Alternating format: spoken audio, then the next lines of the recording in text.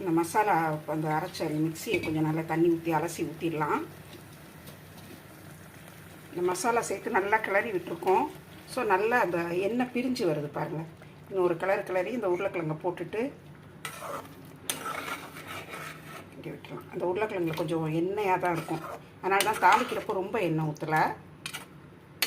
But இந்த உருளைக்கிழங்குல இருக்கிற எண்ணெய் வந்து இதோடு சேர்ந்து வரப்போ நல்லா அந்த எண்ணெய் பிரிஞ்சு வரும், நல்லா டேஸ்ட்டாக இருக்கும். இதுக்கு தேவையான உப்பை இப்போ சேர்த்துடலாம்.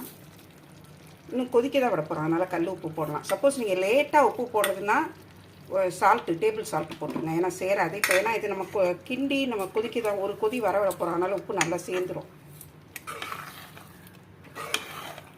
நல்லா வாசனை வந்துருச்சு. இதோட இப்போ தயிர்